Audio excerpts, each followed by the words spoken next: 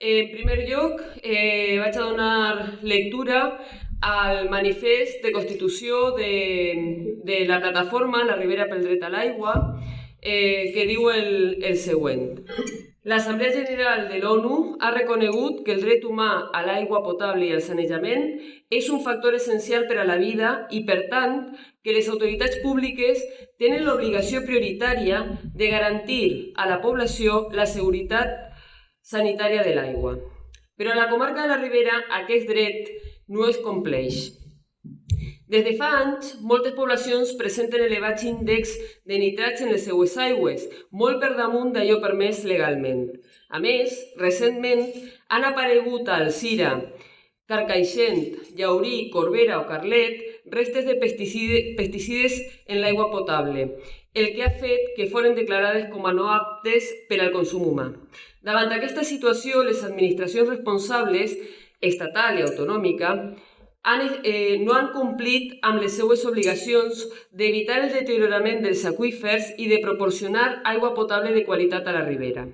La Generalitat Valenciana fa 16 anys que es va comprometre a tindre per a 2002 finalitzades les obres necessàries i avui, 11 anys després, el problema és més greu que mai. Les organitzacions firmants, com a entitats actives de la societat civil, no estem disposades a suportar més excuses dels responsables per justificar la seva ineficàcia a l'hora de fer la seva feina, que no és una altra que subministrar aigua que siga realment potable a les poblacions. Exigim el nostre dret a abastir-nos amb l'aigua de la millor qualitat per al consum humà. Finalment, volem manifestar la nostra perplexitat i denunciar el fet que els pobles de la Ribera del Xúquer encara no compten amb una concessió d'aigua del Xúquer, quan des d'abans d'aprovar el Pla de Conca de 1998 ja es coneixia la situació de contaminació de les aigües subterrànies que les feien inadequades per a l'abastiment de poblacions i al mateix temps s'atorgaven concessions d'aigües del riu a altres poblacions, moltes d'elles situades fora de la Conca del Xúquer. Per tot això, exigim l'acabament urgent i prioritari de les obres i instal·lacions necessàries per a que tots els pobles de la Ribera afectats per la contaminació dels aqüífers puguen gaudir d'aigua de qualitat adequada, la concessió administrativa d'aigua del Xúquer per als pobles de la Ribera en el pròxim Pla de Conca que està elaborant-se en l'actualitat, que es depuren responsabilitats per la situació de deteriorament dels aqüífers i especialment per la mala gestió realitzada per a proporcionar aigua potable a la població riberenca. En quart lloc, la recuperació dels nostres aqüífers deteriorats amb unes bones pràctiques agrícoles que promoguen la transició cap a una agricultura respectuosa amb el medi ambient, sense pesticides i amb una gestió racional i sostenible de les nostres muntanyes. Finalment, també exigim transparència de totes les administracions i participació social en el seguiment i resolució de la situació. Aquest és el manifest al qual s'han adherit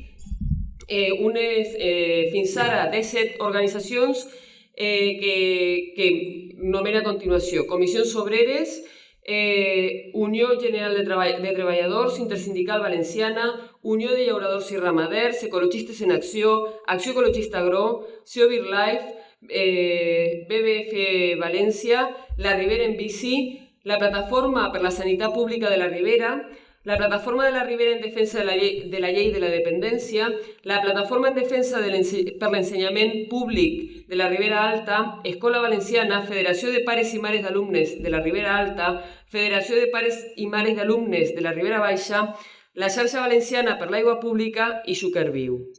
En aquest moment estem en un moment decisiu perquè està en procés d'elaboració i d'eixida imminent a consulta pública l'esborrany del nou Pla de Conca i, per tant, ahir no sols caldrà donar la batalla per aquest dret de la Ribera a beure aigua del Xúquer amb una concessió administrativa, sinó també per defensar el Xúquer en termes de fixació de cabals ecològics d'aturar la sobreexplotació dels aqüífers de la Manxa Oriental i també d'aturar les ambicions recurrents per part de la gent de la Junta Central d'Usuaris del Vinalopó, que continuen reclamant una nova presa d'aigües del transvasament a Antella o a Cortes per a beure aigua del Xúquer, per aportar aigua de màxima qualitat del Xúquer a Alacant, mentre així tenim la problemàtica que tenim. O sigui que els propers mesos seran mesos també de mobilització i d'estar molt atents a què és el que està passant, perquè ens juguem el futur del riu i també el futur de la comarca. La meva intervenció l'he realitzat en 3 punts: una valoració de la situació actual, les causes i les responsabilitats que han portat a aquesta situació i una reflexió sobre les possibles solucions sobre les respostes.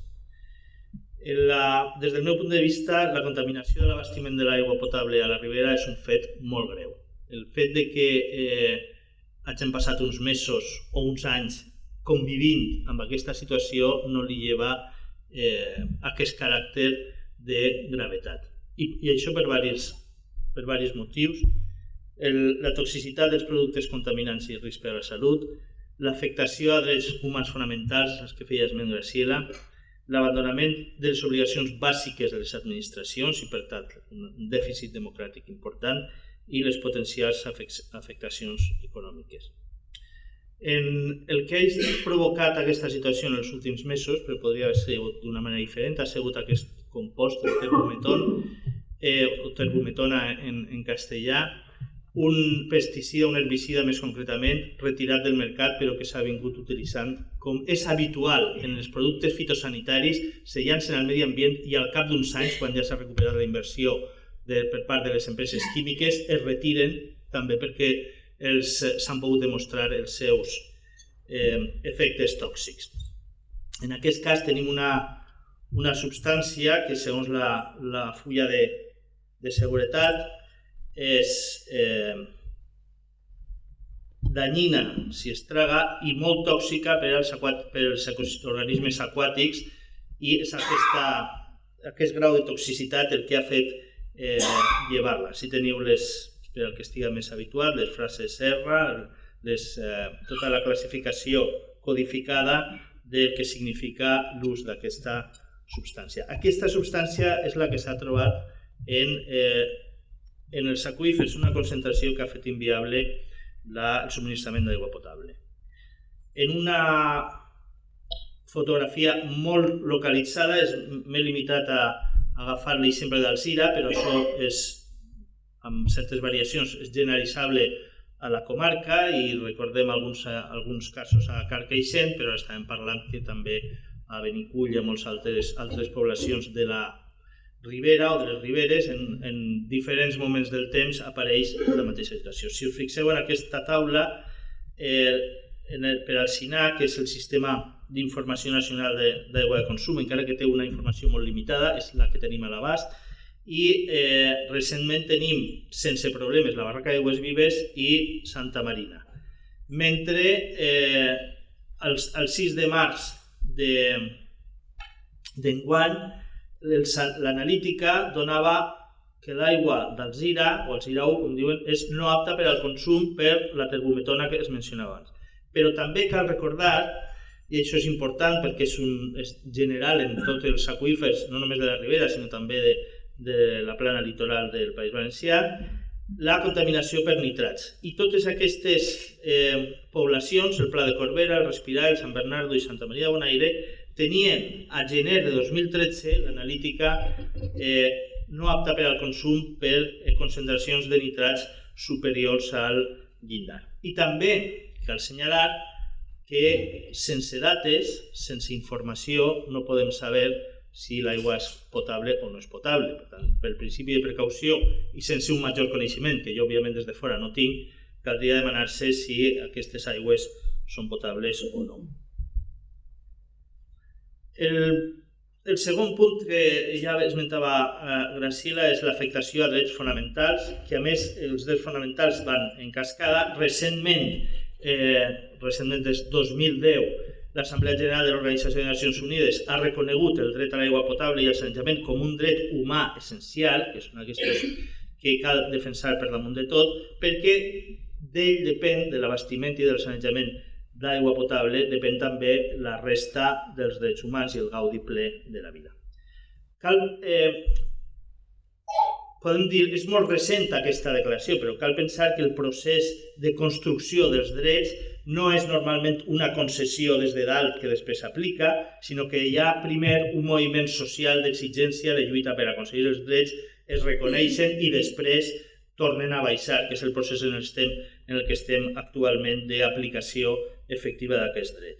Si seguim aquesta estructura jeràrquica, tenim que la Constitució espanyola del 78 reconeixia el dret a la protecció de la salut i l'obligació dels poders públics d'organitzar i tutelar la salut pública, i també a l'article 45 un dret a gaudir d'un medi ambient adequat i a l'utilització racional de tots els recursos naturals. Aquests drets estan conculcats en l'actualitat en aquest espai.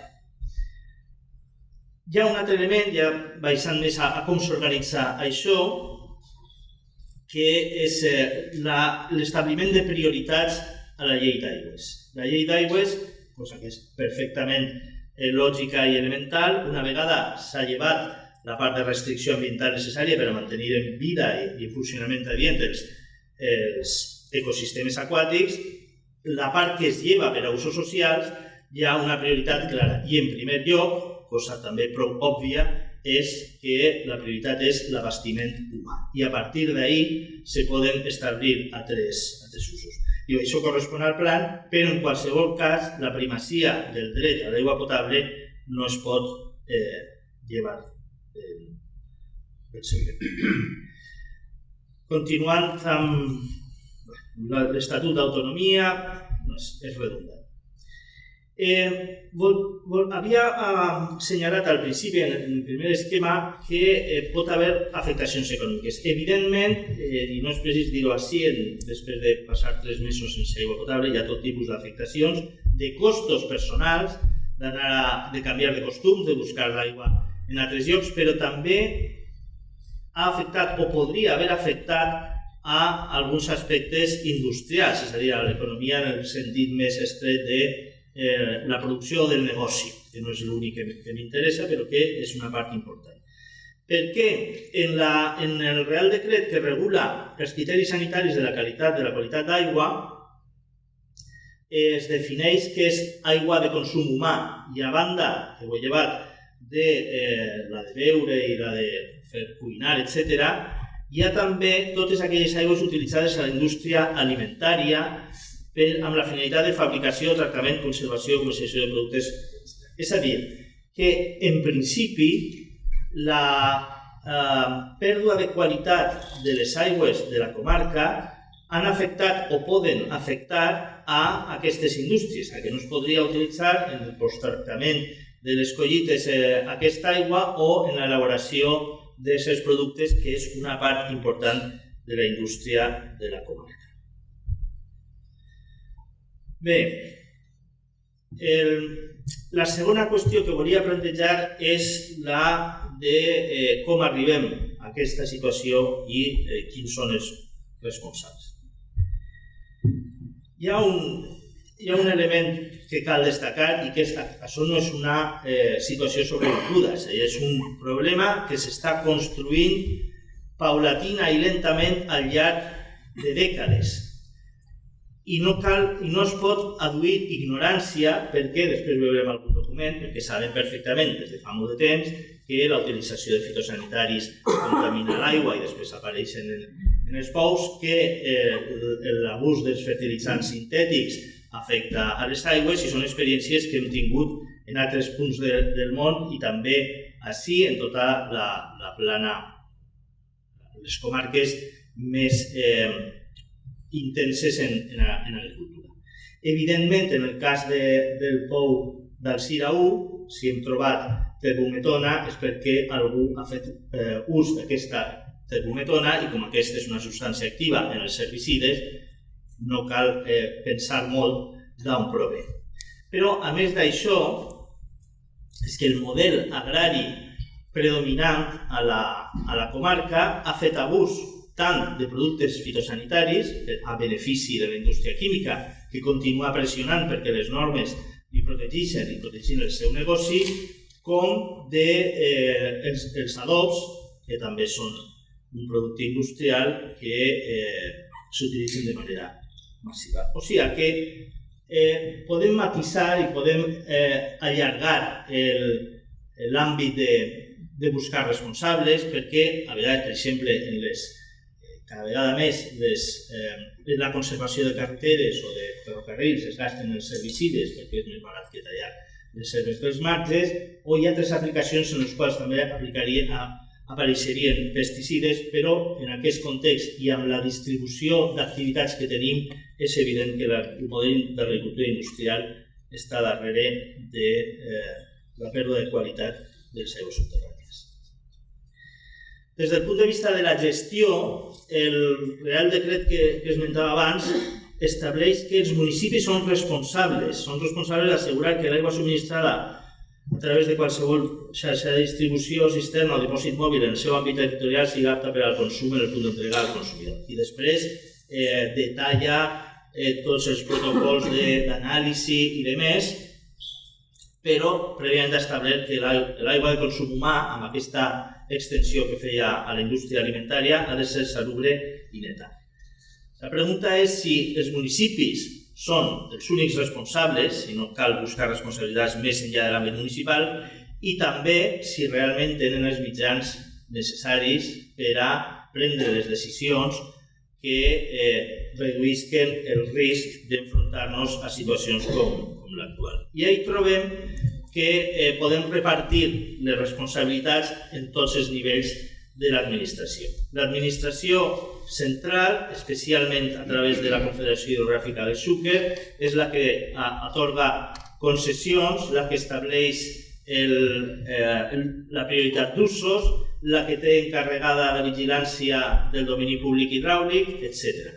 I, a més, l'administració central té l'obligació i la competència de definir el marc general. És la encarregada de la transposició de les directives europees, que són la legislació que en definitiva ordena el nostre sistema legal, encara que tenim la sensació de que Brussel·les està molt lluny i no ens adonem, o ara amb la crisi ens adonem un poquet més de quin és el poder de Brussel·les, que així no ho he reflectit, però que estaria per damunt d'aquestes administracions.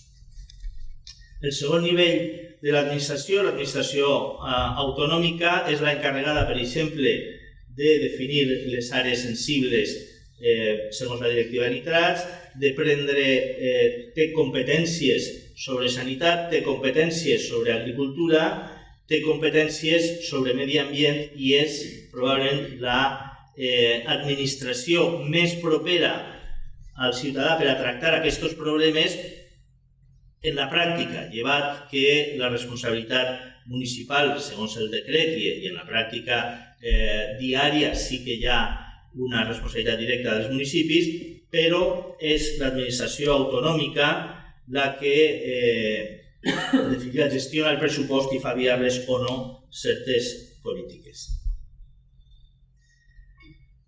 Argumentava abans que aquest és un problema construït al llarg de dècades i he portat un exemple, així està en el cercle groc, la data de publicació d'un informe que es va fer amb motiu de la incorporació d'Espanya en el 86 a la Unió Europea, i en el govern socialista de l'ERMA es va encarregar un macroestudi en el qual van intervenir les universitats valencianes sobre el lloc de la Comunitat Valenciana a Europa.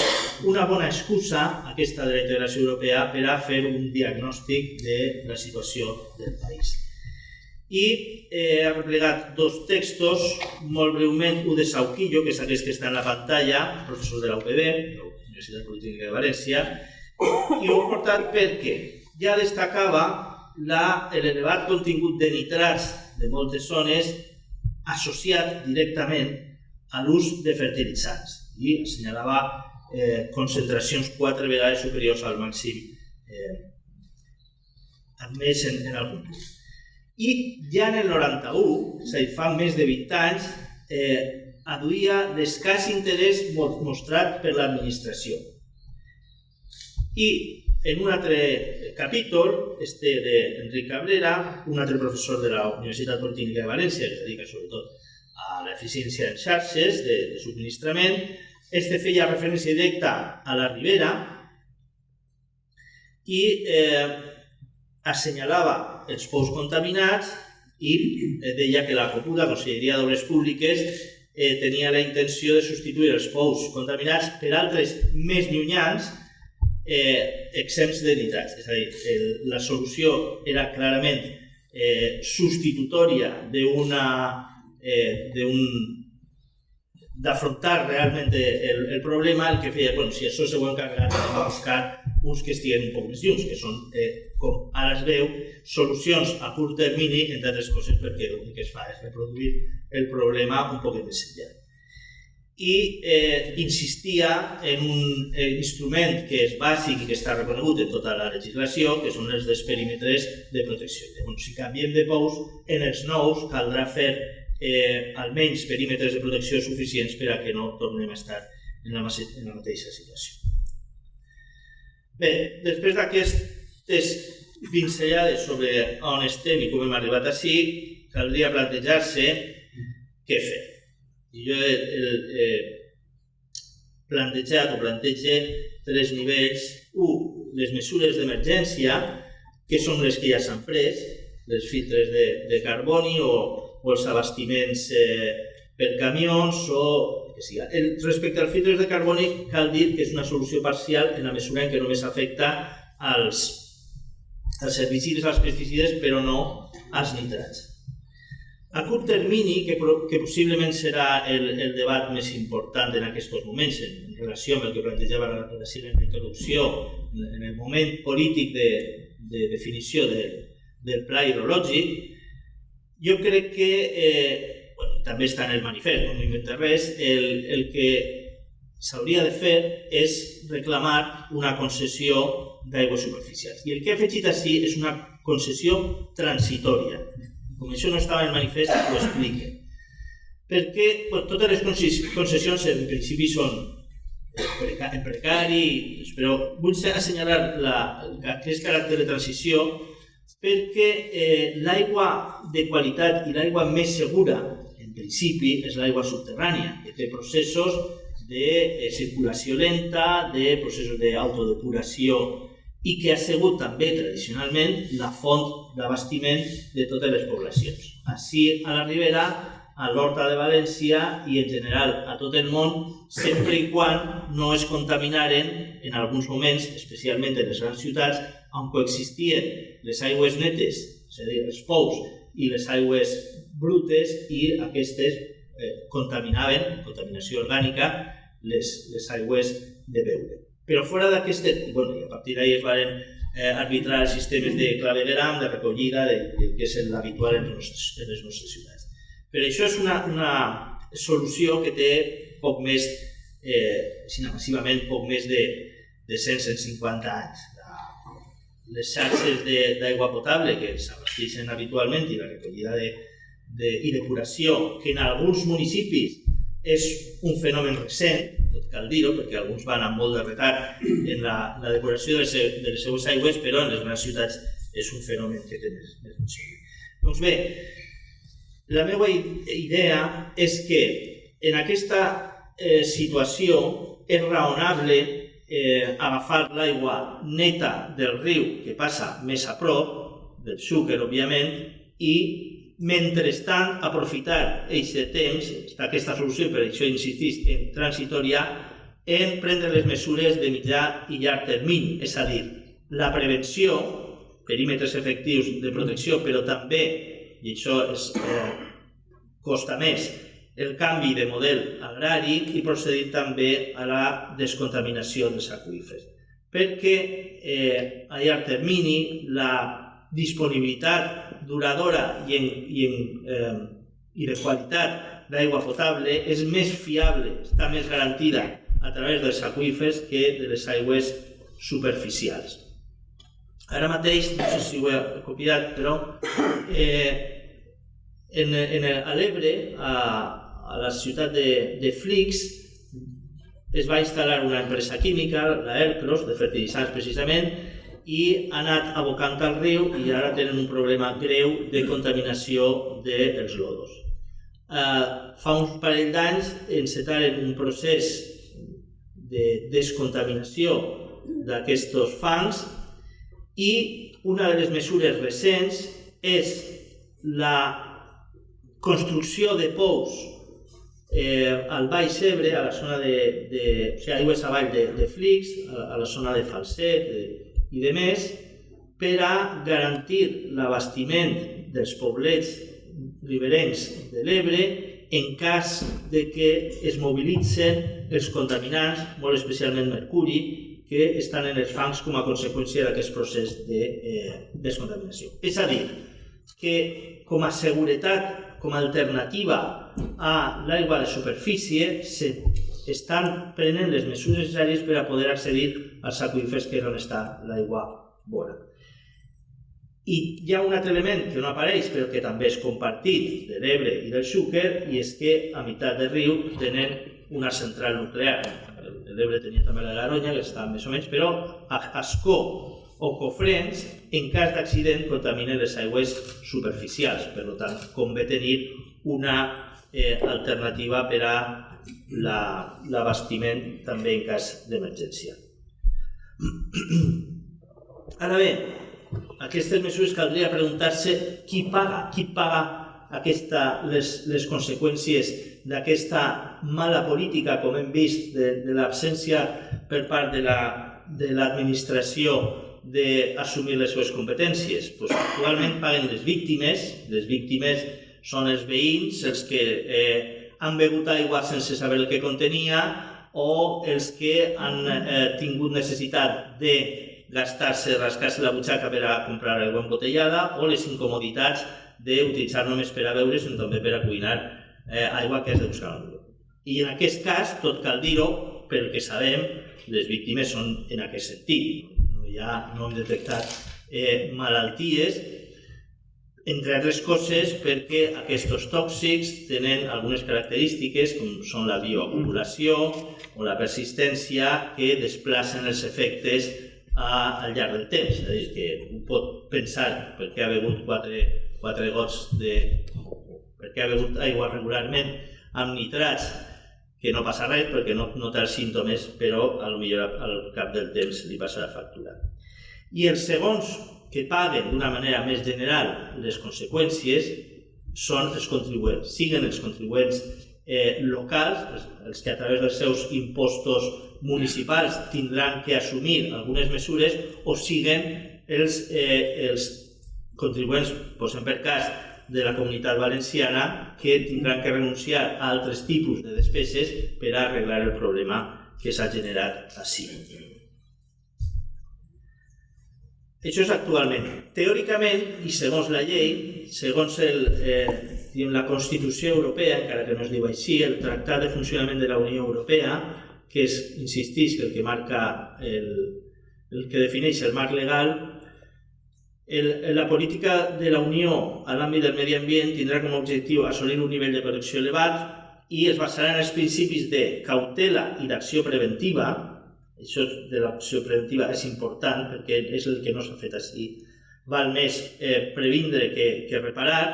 En el principi de correcció dels atemptats a la font, que és no la solució que plantejava Cabrera de fer, o que comentava Cabrera, de fer uns altres pous i no resoldre el problema, sinó estendre-lo, i el principi de qui contamina paga, que és un criteri clar d'atribució de costos.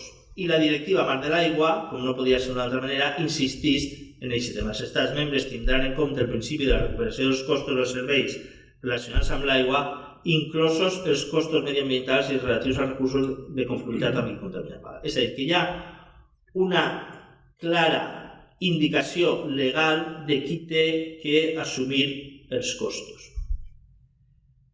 I per acabar, aquesta és l'última transparència, insistir en que és més barat prevenir que reparar. Ara estem en la situació de que tenim que reparar, que no hem sabut o no hem volgut prevenir abans, que des del punt de vista de l'interès general, no de qui fa negoci particular, sinó de la suma, de la suma social de l'interès general, és més raonable, és a dir, més econòmic, mantenir el bon funcionament dels ecosistemes que substituir la seva contribució al benestar humà per sistemes artificials, que al final sempre resulten més cars, i en aquest sentit, és en el que parlava abans, de que abstenir-se de contaminar els aqüífers, recuperar-los perquè ara ja estan contaminats, però és la garantia de tenir aigua de qualitat suficient en el futur. I per últim, l'aplicació del principi de qui contamina paga contribueix a la satisfacció de l'interès general i a un repartiment més equitatiu de les càrregues i beneficis. A la satisfacció de l'interès general en la mesura en què no es desplacen càrregues, no es fa negoci a costa dels demés, sinó que qui utilitza el medi ambient té un incentiu per a internalitzar els seus costos. Y res més, moltes gràcies.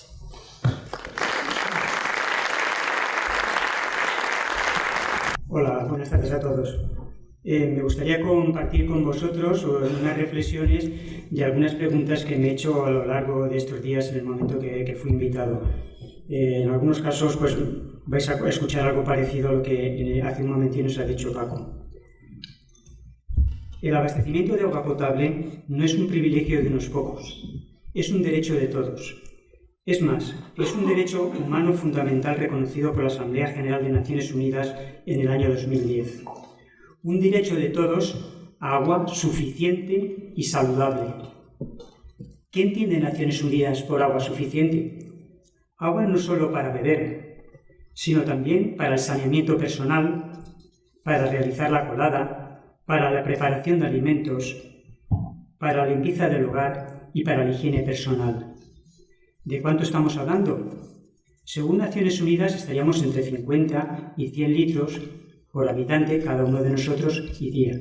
Si miramos la legislación española, estaríamos hablando de al menos 100 litros por habitante y día. De agua saludable. ¿Y qué entiende Naciones Unidas por agua saludable? Agua que debe estar libre de microorganismos y de sustancias químicas que constituyen una amenaza para la salud humana.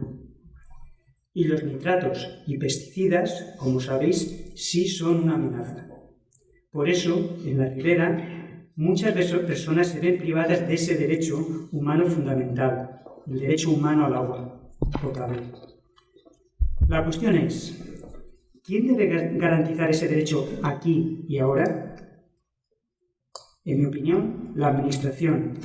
Dice la Directiva Marco del Agua, la ley europea que no sirve para todos, que los Estados velarán por la protección de las masas de agua destinadas a la producción de agua potable y evitarán el deterioro de su calidad. En mi opinión, aquí hay una responsabilidad compartida, Generalitat Valenciana y Administración Central del Estado, Confederación Hidrográfica del Júcar. Por una parte, el Estatuto de Autonomía de la Comunidad Valenciana, en su título 2, de los derechos de los valencianos y valencianas, de nosotros, dice que se garantizará el derecho a disponer del abastecimiento suficiente de agua de calidad y segura para poder atender las necesidades de consumo humano y para poder desarrollar las actividades económicas y sociales que nos comentaba Paco. Por otra parte, la Ley de Aguas asigna la tutela de ríos y acuíferos, caso del Júcar, al Estado, en concreto a la Confederación Hidrográfica del Júcar. Y dice, el Estado, la Confederación, debe proteger los recursos hídricos disponibles y garantizar un suministro suficiente en buen estado. Y dice, el Estado, la Confederación, debe evitar cualquier acumulación de compuestos tóxicos o peligrosos en el subsuelo. Los nitratos y los pesticidas lo son. ¿Están cumpliendo la Generalitat y la Confederación con sus obligaciones legales? No olvidemos que es un derecho básico de los consumidores y usuarios la protección contra los riesgos que pueden afectar a su salud o seguridad. Hagámonos algunas preguntas más. ¿No garantizar este derecho está creando algún daño a la salud o perjuicio económico a las personas? En el caso de que la contestación a esta pregunta sea afirmativa, hay que saber que los particulares, nosotros, pueden exigir directamente a la administración pública correspondiente las indemnizaciones por los daños y perjuicios causados por las autoridades y el personal a su servicio. Artículo 19. Y no hay que olvidar que es un derecho básico de los consumidores, de nosotros y usuarios, la protección de sus legítimos intereses económicos y sociales y la indemnización o reparación de los daños y perjuicios sufridos. Muchas gracias. Sería mejor. ¿Se trata de un daño o perjuicio imprevisible que pudiera librar a la Administración de esta responsabilidad? En mi opinión, no. La Administración perfectamente conoce y conocía el problema desde hace más de 15 años. Ya en el Plan de Cuenca del 98 se contemplaba que los pueblos de la ribera afectados por nitratos, Sida, Carpissent, dispusieran de abastecimiento con agua superficial del Xúquer. Y más recientemente, en el informe presentado a la Unión Europea en 2005, hace 8 años, se consideraba que en los acuíferos de la ribera había una presión muy alta en el uso de fertilizantes y alta en el uso de fitosanitarios, los pesticidas, y clasificaba a estas aguas subterráneas con riesgo seguro de no poder alcanzar los objetivos medioambientales. ¿Se puede excusar la Administración en la crisis económica para justificar que no esté la potabilizadora y todas sus conducciones en funcionamiento? No, en absoluto. El presupuesto de la potabilizadora de la Garrofera es de apenas 12 millones de euros.